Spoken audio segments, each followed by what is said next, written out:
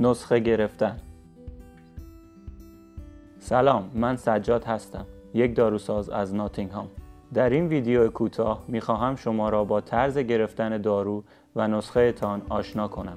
ما به 3 بخش نگاه میکنیم: چگونه گرفتن نسخه، داروهای بدون نسخه، نسخه ها را تکرار کنید.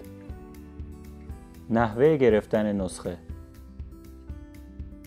وقتی پزشک عمومی به شما نسخه دارو میدهد، این نسخه معمولاً به صورت الکترونیکی به داروخانه‌ای که از قبل انتخاب کرده اید فرستاده می شود. معمولاً همان وقتی که شما پزشک را ترک می کنید، نسخه شما در داروخانه است. قبلاً یک نسخه کاغذی به شما داده می شد، هرچند امروزه به صورت الکترونیکی می باشد. وقتی وارد داروخانه می شوید، فقط باید اسم و تاریخ تولدتان را به ایشان بگویید و داروی خود را تحویل بگیرید.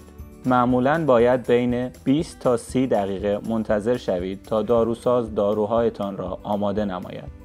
اگر پناهجو یا پناهنده هستید، معمولاً یک برگه HC2 دارید که بدین معناست که برای نسخه نباید پولی پرداخت کنید. برای گرفتن داروی رایگان نیازی به همراه داشتن کارت شناسایی یا برگه HC2 نیست. داروهای بدون نسخه: برخی داروها را خودتان می توانید از داروخانه تهیه کنید و نیازی به نسخه پزشک عمومی ندارید. قرص‌هایی مثل پاراستامول یا ایبوپروفن برای سرماخوردگی یا آنفولانزا یا کرم‌هایی که برای خشکی ملایم پوست ممکن است نمونه‌هایی از این موارد باشند.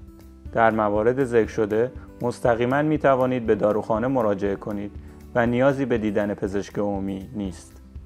داروساز معمولاً می تواند برای بهترین داروها به شما توصیه بدهد. در اینجا برخی شرایطی است که ممکن است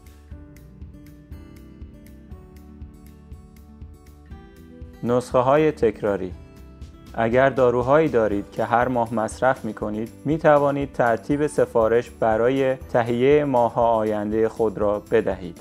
از چندین طریق می توانید این کار را انجام دهید: به صورت آنلاین یا از طریق اپ NHS با پذیرش کلینیک پزشک عمومی که ثبت نام کرده اید صحبت کنید تا این کار را برایتان انجام دهند.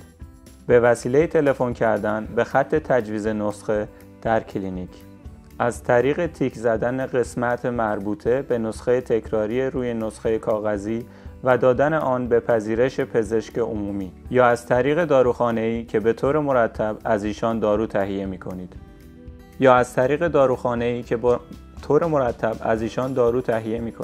لطفاً این کار را 48 ساعت قبل از نیاز به نسخه انجام دهید.